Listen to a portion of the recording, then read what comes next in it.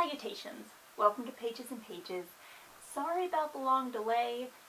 The past couple weeks have been a roller coaster of despondency. It's been real gross. But, hello, and welcome all of you new subscribers sent by Acacia. Hi.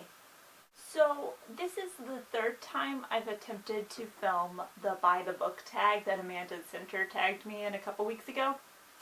Which is a pretty great tag, I'm not gonna lie. Lots of fantastic questions. The first question of the By the Book tag is what's on your nightstand, and I haven't been able to make it past that one because my nightstand looks like this, and I couldn't think of how to fit all of this into a video with the other questions. So we're just gonna do the Unabridged Nightstand tour, which I know is secretly what you've all been wanting anyways, so that's what we're gonna do today. This is my lamp. This is the tiny box where I keep my headphones, which are purple. And these are all of the books that are here right now. We have Cloud Atlas, which I am reading. I am on page 216, and it is so good.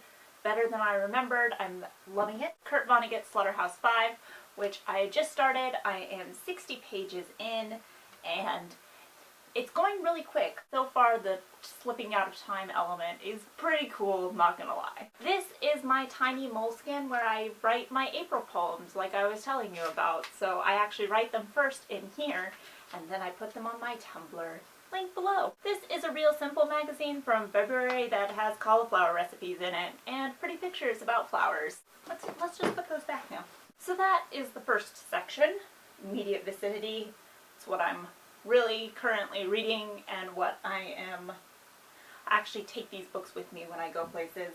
So this and this will migrate into my purse. Even if I don't get to read them, that's where I need them. So the immediate, most accessible, least threatening.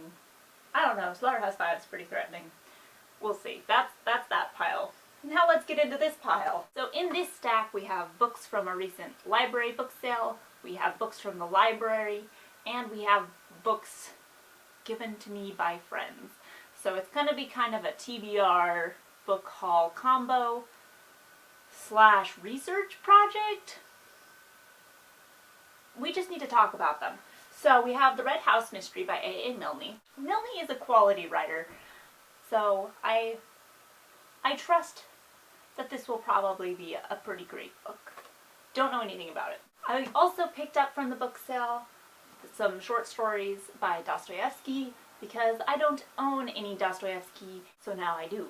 In the same vein of picking up all of the Russians at this book sale, I found a copy of War and Peace that I liked because it's old looking and pretty comfortable. Like, do you know when those books are comfortable? This one's comfortable. And a copy of Anna Karenina, which I want to have a prettier copy, but I don't have a copy at all, so this will hold me over. I don't particularly care for any of these translations because they don't have character lists, which I'm a big fan of when I'm reading Russian literature. So next up we have St. Augustine's Confession and Tolstoy's Confession. These are both stories, autobiographical, of how these men came to faith and how it influenced their work, which is something that I relate to strongly and am very excited to read and do a compare and contrast. I've read both of these before, but I'm excited to get into it and read them again, possibly for a future book versus book. It's just a thought project I've been working on. What is your idea about confession? What is its role in your life? How do you live that out? You know what I mean? Like, it's a confession of your faith, of your belief, of why you believe what you believe and how you live it out. And I want to think about that more. Alright, these two are gifts from friends. I have Patrick O'Brien's Master and Commander because I've never read anything in this series, and my professor, who is my friend, told me that I needed to and that I would probably enjoy it. So that is what this one is. This one is called The World on a Plate. It is a travelogue slash cookbook. And I have a friend who gave it to me who is very near and dear. This is by Mina, Holland, and it looks very good. Haven't tried any of the recipes yet, but I probably will. So these two are things that I have just finished that I haven't yet made a video about. This is Giant Days Volume 2, which was fantastic. And this is The Girl Who Circumnavigated Fairyland in a Ship of Her Own Making, which was thought-provoking. So, these are books that you will probably hear about in future videos. This is another journal. This one has a pencil in it. And the last entry is from the 11th, and it's just recounting a dream that I had. Journal. Cool. Ooh, these two I got at the beginning of April from the library. Emily Dickinson and Morning Coffee Poetry by Marty Reep. I know this guy, and so I thought I should read some of his books, and his poetry is delightful. Would recommend. Also Emily Dickinson. Who doesn't love Emily Dickinson? We've got another Kurt Vonnegut. This one is the autobiography. It is A Man Without a Country. I picked this up because of strip cover lit, not gonna lie. So I got this in SlaughterHouse 5. I'm going to do a Vonnegut run because I haven't tried Vonnegut before, so that's why this is here. This is All Things Considered by G.K. Chesterton. This is a collection of essays by G.K. Chesterton, who is one of my favorite authors. And I really hate the phrase all things considered because I'm like, when did you have time to consider all of those things? But he decided to title this collection that, and so I kind of feel like I needed to read it, you know? You know. This is a sci-fi compilation by David Weber called Worlds of Honor, Changer of Worlds. I asked for sci-fi with ladies, and somebody told me this was sci-fi with ladies. We'll let you know. Down here towards the bottom of the stack, I have Outlander because I've never read this, and apparently it's one of those things you have to read if you are on BookTube. But also my Nana recommended this to me, and so I thought I should try it. This is looking very bare now. Okay. Down towards the bottom, I have a tiny devotional book that I've picked up twice this year, but I had good intentions. I also have a collections care guide that just shows you how to repair books and things, which is kind of cool. This could help you save a book when it's been horribly named.